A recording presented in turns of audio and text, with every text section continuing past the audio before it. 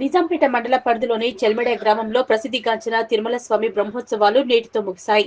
చివరి రోజు నిత్య హోమం, పూర్ణాహుతి, శతకటాభిషేకం, చక్రతీర్థంతో పాటు స్వామివారికి చక్ర స్నానాలను పూర్తి చేసుకుని బ్రహ్మోత్సవాలను ముగించారు.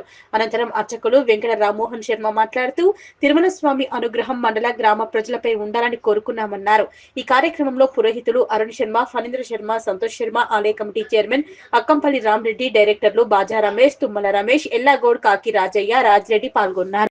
జై జై శ్రీమన్నారాయణ. ఈరోజు పంచమ దివస ప్రారంభోత్సవం సందర్భంగా ఉదయమే స్వామివారికి పాలభోగము, ఆ తదుపరి యాగశాల ప్రవేశము, తర్వాత యాగశాల చుట్టూ కూడా ఆరాధన, ఆ తదుపరి పూర్ణాహుతి సందర్భంగా హోమ కార్యక్రమాన్ని పంచసూక్తాల హవనం చేయడం జరిగింది.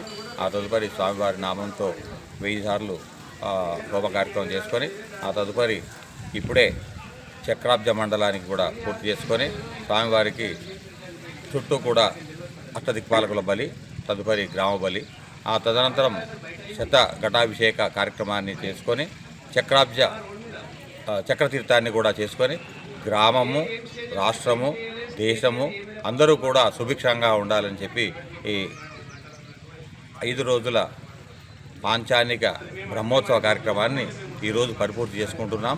తద్వారా చెల్మలనాథ స్వామి మరి వెచ్చినటువంటి తిరుమలనాథ స్వామి వారి యొక్క కృపా కటాక్ష వీక్షణాలు మన అందరిపైన ఎల్లప్పుడూ ఉండాలని ఆ భగవంతుని ప్రార్థిస్తూ జై శ్రీమన్నారాయణ, జై శ్రీమన్నారాయణ.